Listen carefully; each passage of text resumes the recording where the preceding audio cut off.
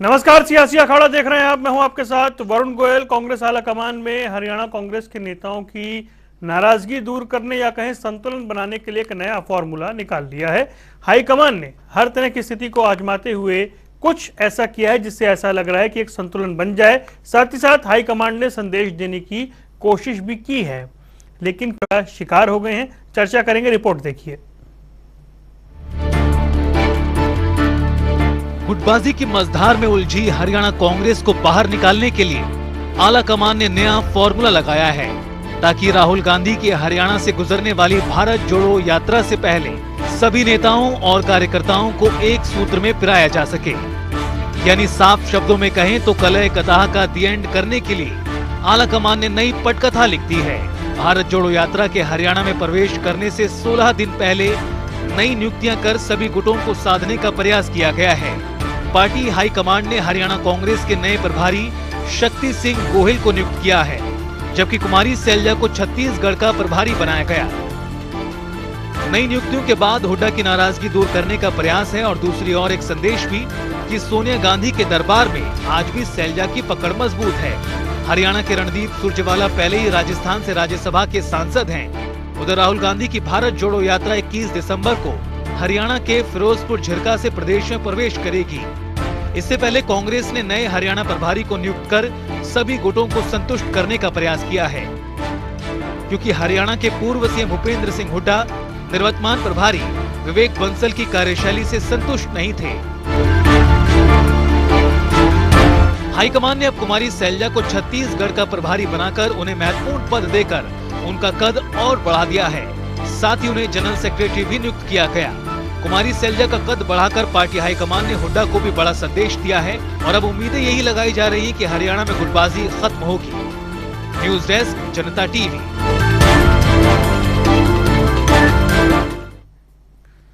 नई नियुक्ति, नई उम्मीदें, और ये उम्मीदें कितनी कामयाब होती हैं ये देखना होगा। तीन खास मेहमान हमारे साथ जुड़ रहे हैं चर्चा के लिए। वेद प्रकाश विद्रोही हैं कांग्रेस का पक्ष रखने के लिए, वंदना पोपली हैं भारतीय जनता पार्टी से, ओंकार सिंह इंडियन नेशनल लोकदल से। आप सभी का स्वागत है। विद्रोही जी के चेहरे पर मुस्कान है क्योंकि विषय उनकी पसंद का है। विद्रोही जी, मैं आपसे ये जानना चाह रहा हूं कि विवेक बंसल जी किसकी नाराजगी का शिकार हो गए?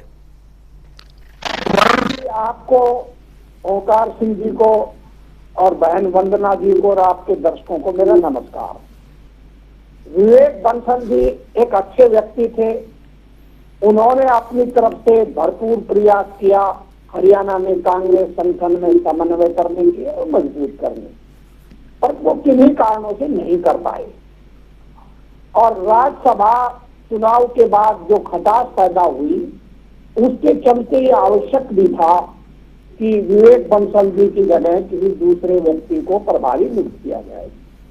और अगर आप वैसे भी देखो तो मेरी अपनी निजी राय है, हो सकता है मैं गलत हूं, विवेक बंसल जी को हरियाणा का प्रभारी बनाना ही गलत था।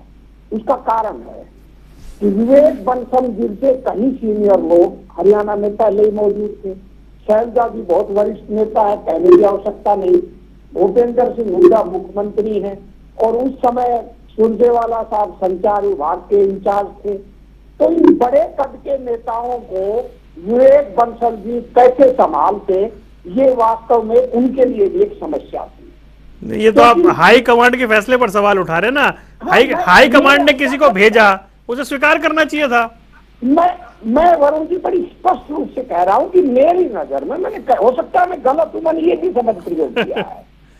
क्योंकि मैं विवेक बंसल जी की कार्य क्षमता पर सवाल नहीं उठा रहा, पर बड़े जो स्तर के नेता होते हैं उनके कद के अनुरूप जब तक आप कोई प्रभारी नियुक्त नहीं करोगे तो उनका दबदबा नहीं रहता था। अब सैलजा जी को मैं राष्ट्रीय महासचिव और छत्तीसगढ़ जैसे राज्य का प्रभारी बनने पर हार्दिक बधाई देता हूं। शक्ति सिंह गोहिल जी को हरियाणा का प्रभारी बनने पर बधाई देता हूं। शक्ति सिंह गोहिल जी भी एक बड़े कद के नेता हैं, वो प्रदेश अध्यक्ष भी रहे हैं, मुख्यमंत्री पद के उम्मीदवार भी गुजरात में रहे हैं, प्रतिपक्ष के नेता भी रहे हैं और बिहार सहित कई बड़े राज्यों के प्रभारी भी रहे और वर्तमान में राज्यसभा सांसद भी हैं। मुझे आशा है कि वो सभी में संतुलन कायम करेंगे। और सभी नेताओं को एक साथ लेकर एकजुट कर कर हरियाणा के अंदर कांग्रेस को मजबूत करेंगे। और कांग्रेस की मेरे अनुसार सबसे पहली प्राथमिकता है कि जो जिला लेवल और ब्लॉक लेवल और प्रदेश लेवल का संगठन जो अधर में 3 महीने से लटका हुआ है उसको वो जल्दी बनाएंगे, ऐसी मेरी अपेक्षा है। और मुझे आशा है इन नई नियुक्तियों के बाद हरियाणा में संतुलन भी पैदा होगा, आपसी एकता भी होगी, पार्टी भी मजबूत होगी। चलिए, शाम का समय है, आपकी बात सच हो। मैं खैर चर्चा को आगे बढ़ाता हूं। वंदना पोपली, आप कह सकती हैं कांग्रेस का इंटरनल मैटर है। एक बड़ी अच्छी बात विद्रोही जी ने कही। विद्रोही जी बता रहे थे कि भाई हरियाणा में इतने सीनियर नेता हैं और उनके मुकाबले विवेक बंसल उस कद के नेता नहीं थे, तो वो बैलेंस ऑफ पावर नहीं हो पाता। लेकिन जहां तक मेरी याददाश्त है, विवेक बंसल जी आए थे गुलाम नबी आजाद की जगह। गुलाम नबी आजाद सीनियर मोस्ट नेता कह लीजिए कांग्रेस के उस टाइम थे, संगठन तो वो भी नहीं बना पाए थे। तो कांग्रेस में अब शक्ति सिंह गोहिल क्या कर पाएंगे, शक्ति दे पाएंगे? वरुण, आपको आवाज आ रही है? जी, आवाज आ रही है। सबसे पहले तो मैं बधाई देना चाहूंगी वेद प्रकाश विद्रोही जी को, उनको नया प्रभारी मिला है। बदलाव किसी भी संगठन में सामान्य प्रक्रिया है, लेकिन कांग्रेस में इस प्रक्रिया का नाम या प्रायः दूसरा है। इसमें काटा निकालना या निपटाना, इस तरह के बातों को भी बदलाव कह दिया जाता है। अभी मेरे को सुन रही थी, इन्होंने कहा कि इतने बड़े लीडर्स हैं हमारे यहाँ पर, तो उनको संभालना विवेक बंसल जी के बस का नहीं था। हालांकि आपने बहुत क्लियर कर दिया कि इससे पहले भी बहुत सारे प्रभारी रहे हैं, उन्होंने क्या कमाल दिखाया। लेकिन एक चीज समझ आ गई यहाँ पर, वेद प्रकाश विद्रोही जी कह रहे हैं कि हमारे जितने लीडर हैं आउट ऑफ कंट्रोल हैं, उनको कंट्रोल करना किसी के बस की बात नहीं है। और कोई बड़ा आएगा तो वो चुपचाप अपने आप चला जाएगा, छोटा आएगा तो उसको, अगर कुछ छोटे कद का व्यक्ति आएगा तो उसको हम निपटा देंगे। तो ये निपटाने वाला काम किया है। मुझे याद है शायद आपका ही चैनल था वरुण, जिसमें उन्होंने कहा था कि मुझे मीटिंग में नहीं बुलाया गया। कोई भी व्यक्ति छोटे कद का है, बड़े कद का है, लेकिन उसका दायित्व इस समय क्या है कि वो प्रभारी है, और प्रभारी होने के बावजूद प्रदेश की मीटिंग में उसको नहीं बुलाया जाता। वो एक चैनल के माध्यम से कहता है कि मुझे मीटिंग में नहीं बुलाया गया, और उसका जवाब प्रदेश की तरफ से क्या आता है कि उनको बुलाने की आवश्यकता ही नहीं है, हमें उनकी आवश्यकता ही नहीं है। तो जब एक हाई कमांड ने एक व्यक्ति को प्रभारी बनाकर भेज दिया और उसको इस तरह से उसका व्यवहार किया जाता है, कहते हैं ना कि बड़े बेइज्जत होकर, बेआब होकर तेरे पूछे से निकले, वो वाली कुछ एक कंडीशन है। लेकिन मैं यहाँ पर एक चीज और मानूंगी कि यहाँ पर जो बदलाव हुए, यहाँ पर निपटाने का काम एक नहीं कई हुए हैं। शैलजा जी भी निपटा दी, पहले तो रणदीप सुरजेवाला जी को राजस्थान भेजा, अब शैलजा जी को भेज दिया है इन्होंने छत्तीसगढ़ में। तो निपटाने में ये लोग माहिर हैं। लेकिन एक चीज और जो आप यहाँ पे जिक्र कर रहे थे, शुरुआत में जब मैंने आपकी स्टोरी भी सुनी है, जो आप बात कर रहे थे, तो आप इसको जोड़ रहे थे कि भारत जोड़ो यात्रा से। हमने शुरुआत से ही कहा कि ये कहीं से भी भारत जोड़ो यात्रा नहीं है, ये कांग्रेस जोड़ो यात्रा है, कांग्रेस बचाओ यात्रा है। वो हरियाणा में आकर भी प्रूव हुई है, पहले भी प्रूव हुई है कि जैसे इनकी यात्रा शुरू हुई, सारे लीडर्स ने एक एक करके कांग्रेस छोड़ना शुरू कर दिया। और हरियाणा में जब एंटर होते हैं तब यहाँ पर आके इनको प्रभारी बदलने पड़ते हैं, एक इनकी सीनियर लीडर को बाहर भेजना पड़ता है ताकि यहाँ पे सब कुछ मैनेज रह सके। तो यहाँ पर वही बात है कि यहाँ पर तो कहीं ना कहीं कांग्रेस जोड़ने की आवश्यकता पड़ रही है। जब यात्रा आ रही है तो कहीं सब कुछ ठीक ठाक करना पड़ रहा है ताकि यात्रा ठीक ठाक से निकल जाए। और जो राहुल गांधी को कहीं ना कहीं प्रोजेक्ट करने की कोशिश कर रहे हैं, वो बात अलग है कि जब हुड्डा जी को हिमाचल प्रदेश का प्रभारी ऑब्जर्वर बनाया गया होगा तो उनको ये भी नहीं समझाया होगा कि हिमाचल प्रदेश की बात कर रहे हैं, हिमाचल हरियाणा में कंफ्यूज हो गए, बोले चलो बना दो। हालांकि हैरानी मुझे इस बात पे भी। ठीक है वंदना, मैं आपके पास लौटता हूँ, थोड़ा सा आपके ऑडियो में एक दिक्कत आ रहा है, उसे भी चेक करवाते हैं। ओंकार सिंह जी के पास चलते हैं। ओंकार सिंह जी, आप लोग अक्सर ये बात कहते हैं कि कांग्रेस विपक्ष की भूमिका हरियाणा में ठीक से नहीं निभा रही है। उसके बहुत सारी वजह होती है, कांग्रेस में गुटबाजी भी रहती है। अब नई नियुक्ति है तो कांग्रेस को बड़ी उम्मीद है, और खासकर विद्रोही जी को बड़ी उम्मीद है। विद्रोही जी कह रहे हैं कि अब सब कुछ ठीक हो जाएगा, जो चीजें लटकी हुई हैं वो ठीक हो जाएंगी। पहले जो नेता नहीं कर पाए वो अब कर पाएंगे क्या? वरुण जी, पहले तो मैं कहना चाहूंगा, पहले तो मैं इसलिए माफी चाहता हूँ। मैं कहना चाहूंगा कांग्रेस का व्यक्तिगत मामला, अपनी पार्टी का कानूनी मामला, इसके बारे में एक बात जरूर है कि कांग्रेस की कुछ कमियों की वजह से प्रदेश की जनता भुगत रही है तानाशाही। जनता ने, प्रदेश की जनता ने 2019 में कांग्रेस को विपक्ष का पद दिया। हमारी पार्टी में तोड़ फोड़ हो गई थी, मेरे को कहने में कोई बुराई नहीं, हमारा मन पर एक विधायक है, लेकिन उनके 31 विधायक आए, अगर कांग्रेस पार्टी एकजुट होती, इनकी आपस में बनती, तो जनता को वो दिन न देखने पड़ते, आंसू देखने पड़ रही। ये बीजेपी पार्टी जो आज पहले से रवैये को जनता को बार बार परेशान कर रही है।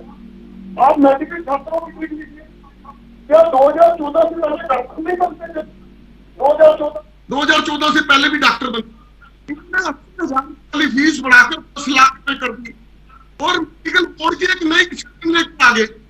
ये पार्टी की सरकार आ गई और लोग जब तक मजबूत विपक्ष नहीं होता तब तक ये तो राजा होता है, मुख्यमंत्री तानाशाह बन जाते।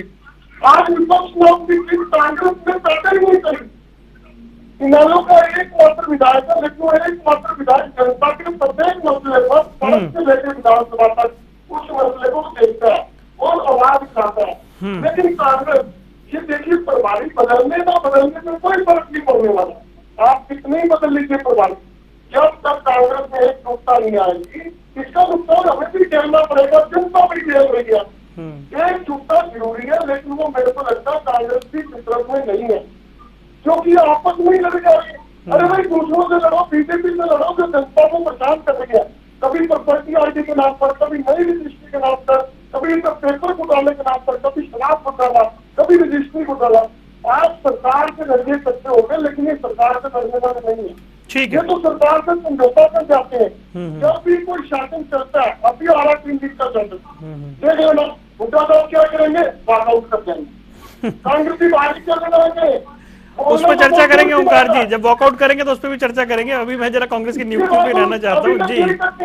ठीक, अभी तक क्या करते हैं? अभी तक वॉकआउट तो करते आए हैं, क्या मुद्दा है? जब सत्र शुरू होगा तो मैं बहुत सारी डिबेट करूंगा, मैं आपसे वादा करता हूं, हालांकि मैं रोज ही कर लेता हूं। मैं आता हूं। विद्रोही जी, मुझे एक बात बताएं। देखिए, 2 बातें निकलकर सामने आई। आपके विपक्षी हैं ओंकार सिंह जी, विरोधी नहीं कह रहा हूं मैं, लेकिन शुभचिंतक भी हैं। वो कह रहे हैं जब तक एकजुट नहीं होंगे इनका कुछ नहीं होगा। वंदना पोपली ये बता रही है कि जी ये जो नई नियुक्ति है इसे आप कांटा निकालने की प्रक्रिया समझिए। मैं ये समझना चाह रहा हूं कि जो बड़े बड़े दिग्गज नहीं कर पाए वो शक्ति सिंह गोहिल कर लेंगे, ऐसी संभावना है क्या? क्योंकि ओवरहॉलिंग की जरूरत है, वो होगी कैसे? वरुण जी, सबसे पहले तो मैं आपकी पूर्व बात का जवाब दूंगा। जो आपने मेरे से पूछने के बजाय वंदना जी से पूछा, अच्छी बात है। वंदना जी भी कांग्रेस में ही थी जब गुलाम नबी जी हरियाणा के इंचार्ज। हरियाणा के चुनाव के 3 महीने पहले ही गुलाम नबी जी को इंचार्ज बनाया था और अच्छे परिणाम आए, हमें 31 सीट मिली।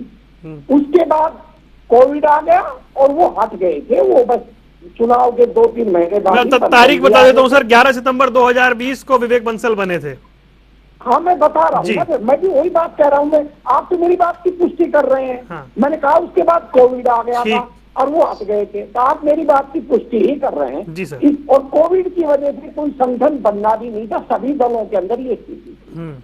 अब दूसरी बात ओंकार जी की पहले दे देता हूं जवाब। ओंकार जी हमारे शुभचिंतक हैं, उनका धन्यवाद, उन्होंने हमारे प्रति संवेदना व्यक्त की, उसके लिए भी धन्यवाद। मैं ओंकार जी से आपके माध्यम से ओंकार जी और पूरे प्रदेश के लोगों को ही बताना चाहता हूं। जब खट्टर जी पहली बार मुख्यमंत्री बने तो 2014 से 2019 तक प्रमुख विपक्षी दल इनेलो था और श्री अभय सिंह चौटाला विपक्ष के नेता थे।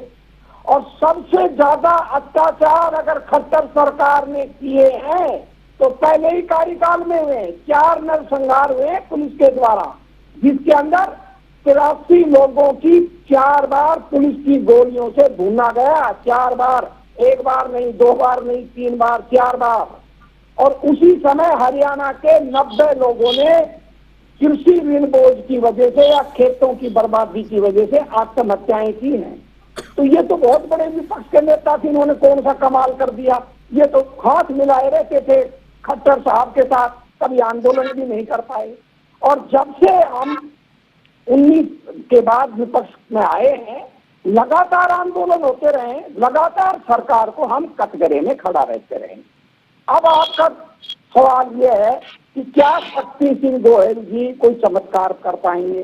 देखिए वरुण जी, दुनिया आशा पर जीती है, संभावनाओं पर जीती है और कांग्रेस का संगठन बनेगा कुछ कारणों से नहीं बन पा रहा था।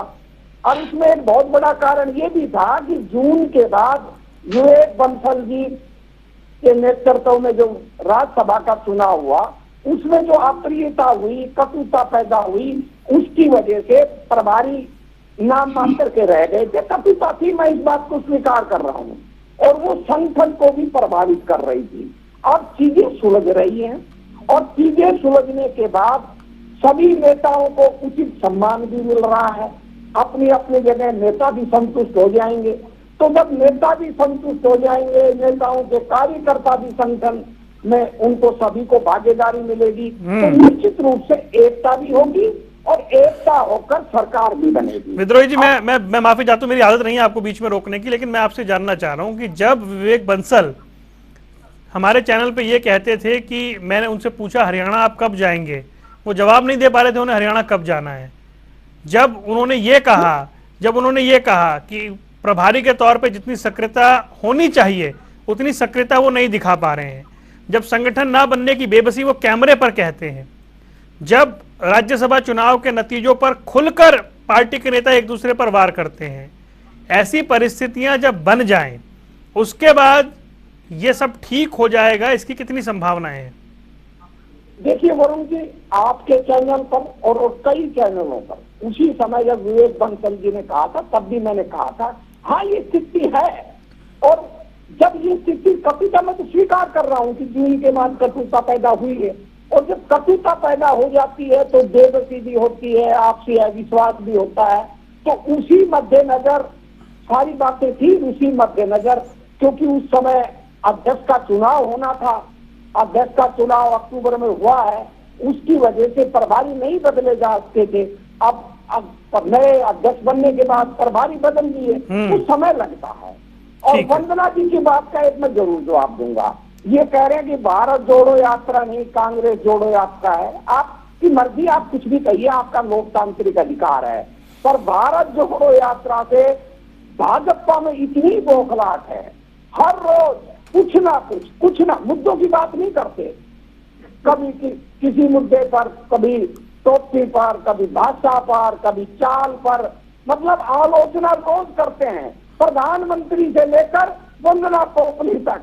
अगर भारत जोड़ो यात्रा का कोई असर नहीं हो रहा होता, लाखों की भीड़ सड़कों पर आकर इनके अंदर बौखलाहट ना होती, तो ये भारत जोड़ो यात्रा के प्रति इतनी आलोचना नहीं करते। ठीक है, करें, उनका अधिकार है, हमें कोई आपत्ति नहीं। ठीक है वंदना जी, परंतु मैं आखिरी बात कह रहा हूँ, हरियाणा के अंदर जब भारत जोड़ो यात्रा आएगी, वंदना जी आपको एहसास हो जाएगा, आप जाने वाले हैं और हम आने वाले हैं। चलो वंदना जी। देखिए, वेद प्रकाश विद्रोही जी बहुत स्ट्रेट फॉरवर्ड प्रवक्ता हैं और बहुत बार पार्टी लाइन से भी अलग बोलते हैं। तो अभी उन्होंने कुछ ऐसे बातें कही, लेकिन जिनकी आखिरी बात थी उससे मुझे लगता है कि खुद में सोच रहे होंगे कि मैं क्या कह रहा हूँ, कि सच में ऐसा होने वाला है। अब ये कह रहे हैं कि भारत जोड़ो यात्रा को लेकर इतनी बड़ी बौखलाहट है भाजपा में कि प्रधानमंत्री मोदी से लेकर वंदना पोपली सभी इसके विषय में बात कर रहे हैं। मुझे लगता है कि अगर ऐसा होता तो राहुल गांधी को सावरकर पर कोई बयान देने की आवश्यकता नहीं पड़ती। उनको कहीं ना कहीं लग रहा था कि मेरी जो यात्रा है उसके बारे में कहीं पर चर्चा नहीं है, कोई लोग उसके बारे में बात नहीं कर रहे, लोग जुड़ नहीं रहे, इसलिए उनको इस तरह का बयान देना पड़ा। आप एक यात्रा को लेकर चलते हैं जिसमें आप बोलते हैं कि हम भारत को जोड़ने की बात कर रहे हैं, लेकिन तोड़ने वाले बयान देना, हमारे जितने भी फ्रीडम फाइटर्स हैं उन पे क्वेश्चन मार्क लगाना, ये बता देता है कि आपकी यात्रा कितनी सफल है। दूसरी बात, आप यहाँ पर कह रहे थे कि जब आपसे संगठन बनाने को लेकर प्रश्न पूछा गया तो आपने बड़ा अच्छा बताया कि कोविड आ गया तो इसलिए गुलाम नबी आजाद जी चले गए। अभी कारण अच्छा है बिताने के लिए, समय बिताने के लिए बहुत अच्छी तरकीब है कि इस तरह से आप बात कर सकते हैं कि कोविड की वजह से संगठन नहीं बन पाया, ये भी आप बात करें, इस बात को भी आप स्वीकार करें, कटुता है। लेकिन मैं बार बार इस चीज को कहती हूँ कि एक कांटा निकालने की प्रक्रिया है। सभी लोग शतरंज की जैसे गिटियां अपने आप सेट करते हैं ना, तो आपकी पार्टी में भी शतरंज की तरह गिटियां सेट की जाती हैं कि किसको हटाया जाए, किसको लगाया जाए। सिर्फ अपना फायदा दिखा जाता है, ना कार्यकर्ता को दिखाया जाता है। जनता तो दूर की पौड़ी है, जनता के बारे में कौन सोचेगा। आपकी जो पूर्व मुख्यमंत्री है हुड्डा जी, उनकी एक्सपर्टीज भी पार्टी रही नहीं, उनकी एक्सपर्टीज भी संगठन नहीं रही। उनकी एक्सपर्टीज अगर है तो जीजा जी को किस प्रकार खुश किया जाए, भ्रष्टाचार भी किस प्रकार से वो एक्सपर्ट है हमने सब देखा है। तो आप इस तरह की बात कर सकते हैं, बहाने बना सकते हैं, लेकिन ये समझ आता है कि अपने हिसाब से शतरंज की गोटियां सेट की जाती है जिसमें ना कोई कार्यकर्ता का कुछ लेन देन है, ना ही जनता का कुछ है। अभी ओंकार सिंह जी भी एक बात कर रहे थे, उन्होंने यहाँ पर कहा कि हमारा एक ही विधायक है और वो आवाज उठाता है। तो आपके लिए गर्व का विषय हो सकता है कि आपका एक विधायक है, हालांकि मुझे लगता है कि इसके पीछे आपको कारण जरूर ढूंढने चाहिए। एक समय था कि हमारा नंबर भी कम था, लेकिन जनता के बीच में हमने अपनी आवाज उठाई, लेकिन आप इतने बड़े नंबर ओंकार जी आप ही की बारी है, इसके बाद आपके पास आऊंगा। मैं बीच में नहीं बोलती आपके, मैं आपके बीच में नहीं बोलती, मैंने पूरी बात सुनी। दूसरी बात तो अपने यहाँ पर कई एमबीबीएस के छात्रों की बात करते कि क्या पहले, क्योंकि आपके आवाज कट रही थी तो मैं इतना ही सुन पाई, आप डॉक्टर्स की बात कर रहे थे कि जो डॉक्टर्स पहले नहीं बना सकते थे, बिल्कुल बना सकते थे, लेकिन डॉक्टर्स की कमी पहले भी थी, आज भी थी। हमने तरीका निकाला है कि अगर हरियाणा की जनता के पैसे से, टैक्स के पैसों से अगर कोई डॉक्टर बनता है तो उसका फर्ज भी होना चाहिए कि हरियाणा की जनता की वो सेवा कर सके। अगर इस तरह का वो निकाला तो क्या नहीं होना, अगर वो हरियाणा के लिए काम कर रही है, अगर उसको 5 साल किया गया, 5 साल के लिए हरियाणा की जनता की सेवा करता है तो उसको 1 रुपया देने की आवश्यकता नहीं है। हरियाणा की ठीक है, बंदा चर्चा कहीं और चली जाएगी, डॉक्टर्स पे पहले चर्चा कर चुके हैं हम जी जी नहीं वो सवाल आया था, ठीक है उस पर चर्चा फिर कहीं और जाएगी। की बात है ना, किस विषय पर है और ये बात क्या कर रहे हैं, तो ये तो ओंकार सिंह जी को देखना चाहिए। ठीक है ओंकार सिंह जी, भाई सवाल ये है कि एक तो जो वेद प्रकाश विद्रोही जी को आपने सलाह दी कि एकजुट नहीं होंगे तो ऐसा ही होगा, मुझे ऐसा लगा विद्रोही जी आपकी सलाह चाह नहीं रहे थे। उन्होंने एक तो बात कही कि जब आप विपक्ष में थे तो आपने क्या किया, दूसरा वो ये बता रहे थे कि भाई आप उनके एकता की बात कर रहे हैं, आपके यहाँ बिखराव कैसे हो गया। दो बातें उनकी ओर से आ रही हैं। देखिए पहले तो मैं बात बारी बारी जवाब दूंगा। मेरे भाई विद्रोही जी ने बोला कि जब आप विपक्ष में थे तो क्या किया। देखिए जब हम विपक्ष में थे इस सरकार ने कोई भी तानाशाही रवैया नहीं अपनाया। विपक्ष की भूमिका क्या होती है, विपक्ष की भूमिका यही होती है अगर सरकार तानाशाही रवैया अपनाए तो उसको रोके, जनता के बीच में जाए, उसकी आवाज बने। हमने जनता के बीच में जाके पूरा उसका आवाज बनने का काम किया और सरकार को तानाशाही रवैया अगर जाट आंदोलन में उसने अपनाया तो हमने उसका खुद के विरोध किया। और हम क्या कि रिवॉल्वर चलाएंगे क्या जाके। विद्रोही जी सुनिए, आप भी जानते हैं और हम क्या कर सकते हैं। एक विपक्ष की भूमिका में हम धरना, प्रदर्शन, मेमोरेंडम जो हमारे अख्तियार में है शांतिपूर्ण तरीके से तो करेंगे या लाठी डंडे लेके जाएंगे, ऐसा पॉसिबल नहीं है विद्रोही जी। हमने अपनी भूमिका पूरी तरह से निभाई। दूसरा, हमारे परिवार में टूट हुई, हम मानते हैं कुछ लोग जो नहीं हमारे परिवार के बन सके, जो अपने बाप दादा के नहीं बन सके, वो जनता के क्या बनेंगे। उन्हीं लोगों की बदौलत आज हरियाणा की जनता दोबारा भुगत रही है। नहीं तो हरियाणा की जनता ने बीजेपी को 40 सीटें दी थी।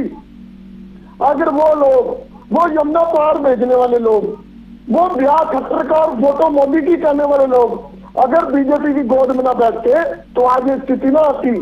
ठीक है, ये दर्द हम ही समझ सकते हैं कार्यकर्ता और नेता।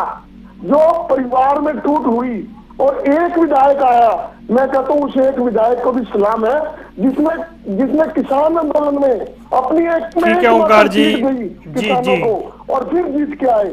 दूसरा, मैं वंदना पोपली जी की बहन के ऊपर बात कराना चाहता हूँ। इन्होंने क्या बोला था, शॉर्ट में बोलिए। इन्होंने बोला जी, छोटा कंप्लीट करिए सर जल्दी से। आवाज आ रही मेरी? आवाज आ रही है, बोलिए ओंकार जी। जी, ये जो विपक्ष कमजोर है, आज की बात करेंगे ना, जो पिछले सेशन में चला गया वो तो हमने निभाया। आज कांग्रेस है विरोध में और कांग्रेस के प्रभारी बदलने से कांग्रेस में एकजुटता नहीं आएगी। एकजुटता आएगी जब इनके मन मुटाव खत्म होंगे। मेरे को कहीं ना कहीं टीस लग रही है कि जनता भुगत रही है। अब आप देख लीजिए, पीजीटी और टीजीटी टीचर जो ट्रेन है उनको कौशल रोजगार निगम के थ्रू अस्थाई नौकरी दी जा रही है। आप सोचिए, अगर शिक्षक अस्थाई होगा तो बच्चों को शिक्षा कैसे स्थायी दी जाएगी, कैसे बच्चे हमारे आगे बढ़ेंगे। ये जो बीजेपी के प्रवक्ता बैठकर बड़े बड़े भाषण देते हैं, इनको देखना चाहिए। हमारी विपक्ष की मजबूरी है, हमारे पास एक सीट है, लेकिन विपक्ष को तो देखो, उसकी तो आंख कान सब खुली है, वो जनता की आवाज उठा रहा है। लेकिन क्या वंदना पोपली का नहीं बनता मन?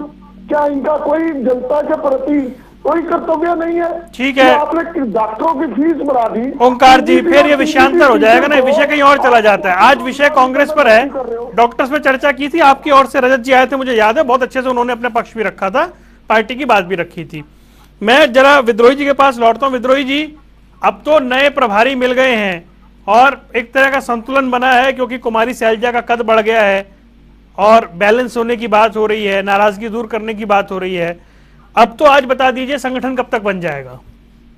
देखो वरुण जी, मैं तो आपके सामने वचनबद्ध हूँ, जब तक सूची नहीं आ जाएगी, हाईकमांड कह नहीं देगा, मैं इस पर कोई टिप्पणी नहीं करूंगा।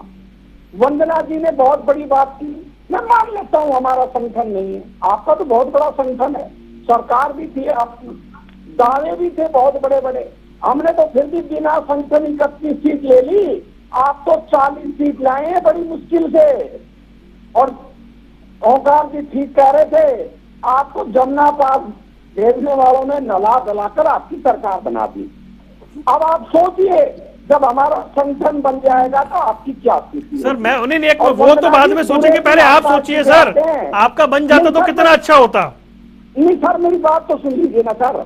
और वंदना जी, बुरे दिन हर पार्टी के आते हैं, मैं आपको याद दिला दूं, जो आदरणीय प्रधानमंत्री नरेंद्र मोदी जी है ना, तो पहले वो हरियाणा के इंचार्ज थे, बड़े कुशल संगठन करता थे।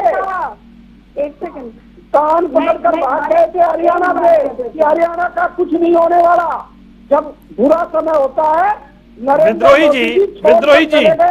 विद्रोही जी, मैं माफी चाहता हूं, मुझे एक चीज बताएं आप, क्या वाकई देश की सबसे पुरानी पार्टी की यह रणनीति है कि कब जो मौजूदा सरकार है वो अलोकप्रिय हो तब हमारा नंबर आए? उसके अपने स्तर पे क्या प्रयास है? आप जब ये कहते हैं कि सोचिए हमारा संगठन बन जाता तो क्या होता, इसके बारे में तो कांग्रेस को सोचना चाहिए कि संगठन बन जाता तो वो क्या कर लेते। मैंने वंदना जी को जवाब दिया। मैं वंदना जी पे नहीं, मैं तो आपसे सवाल कर रहा हूँ कि क्या देश की सबसे पुरानी पार्टी इंतजार कर रही है कि मौजूदा सरकार कब अलोकप्रिय होगी और कब हमारा नंबर आएगा? मैं आपकी बात से 100% सहमत हूँ कि विपक्ष को, कांग्रेस को कभी भी ये नहीं सोचना चाहिए कि कब भाजपा अलोकप्रिय होगी, कब हम सत्ता में आएंगे। सत्ता हमें संघर्ष के द्वारा अपने बल पर लेनी चाहिए। हम उसी दिशा में चल रहे हैं, कुछ हमारी कमजोरियां रही है, मैं स्वीकार करता हूं। बुरा दौर सबका आता है, तो आप इंतजार कर रहे हैं ना। वंदना पोपली कुछ कहना चाह रही है। वंदना जी, खत्म हो गया वो, वरुण जी, वो बुरा दौर खत्म हो गया। मैं ये कह रहा हूँ, ठीक है हम जिस बुरे दौर से हरियाणा में गुजर रहे थे, वो खत्म हो चुका। अब वंदना जी की पार्टी भाजपा का बुरा दौर आने वाला है। वंदना जी जिस बुरे दौर की ये बात कर रहे हैं कि अभी वेद प्रकाश विद्रोही ने कहा कि आपकी पार्टी का भी बुरा दौर चल रहा था, तो आपको सिर्फ एक बात बताना चाहूंगी, ठीक है? आप अभी कह रहे हैं कि हमारा बुरा दौर खत्म होने वाला है, तो मैं आपको बता दूं, जब द्रौपदी का स्वयंवर हुआ था तो कर्ण जैसे महारथी को भी अपमानित होना पड़ा था, क्योंकि वो गलत पक्ष में खड़ा। आपकी संगठन का जब मूल ही खराब है, तो कहाँ से आप विश्वास कर सकते हैं कि जनता आप पर विश्वास करेगी? आप ये देखिए कि आपके जितने भी पार्टी के टॉप लीडरशिप हैं, उन पे आरोप क्या है, उन पर क्या आरोप लगाए जाते हैं, भ्रष्टाचार के उन पर आरोप लगाए जाते हैं, चाहे वो देश में हो या प्रदेश में हो। कांग्रेस कहीं ना कहीं एक बंजर जमीन बन चुकी है। बंजर जमीन पर जितनी मेहनत कर लो, कुछ नहीं उग सकता। आपके बुरे कर्म से, इस कारण से ये सब आपको भुगतना पड़ रहा है। इस चीज को आपको स्वीकार करना पड़ेगा। मैंने आपको शुरुआत से कहा कि हमने देखा कि हमें शुरुआत से हम पावर में थे, हम भी कहते हैं कि 2 सीट भी आया करती थी एक समय में, लेकिन हमारे कर्म अच्छे हैं, हमारे जनता के लिए काम हम लगातार कर रहे हैं। हमारे पास मोदी जी जैसा एक नेतृत्व है जो देश के लिए सोचता है, खट्टर जी जैसा नेतृत्व है जो प्रदेश के लिए सोचता है। ये एक कारण है कि हम लगातार सत्ता में बने हुए। अहंकार नहीं है, हमने राजनीति नहीं करी है, हमने परफॉर्मेंस दिखाई है, हमने परफॉर्मेंस दी है। यही एक कारण है कि हम सत्ता में बने हुए हैं। समय मेरे पास इतना ही है, समय इतना ही था मेरे पास। बिल्कुल आखिरी एक सवाल विद्रोही जी आपसे पूछ रहा हूं मैं, विवेक बंसल जो पीड़ा, जो बेबसी कैमरों पर दिखाते रहे, क्या हरियाणा कांग्रेस के लिहाज से सही था और क्या इसे टाला जा सकता था? नहीं, सही नहीं था, टाला जा सकता था और टालना चाहिए। अंदर की बात बाहर नहीं आनी चाहिए। मैं बहन वंदना जी को एक सलाह दूंगा, बड़ी बड़ी बात भ्रष्टाचार की कर रही थी।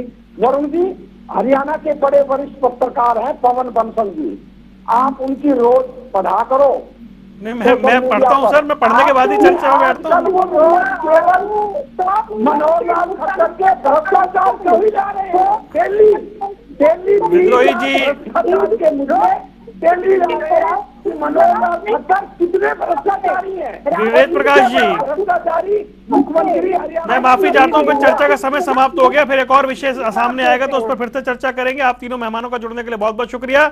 हरियाणा में कांग्रेस में नई नियुक्ति के बाद सवाल वही जो लगातार चला आ रहा है कि जो पिछले जो चल रहा है कांग्रेस में वैसा ही चलता रहेगा। सियासी अखाड़ा में फिलहाल इतना ही, दीजिए इजाजत, नमस्कार।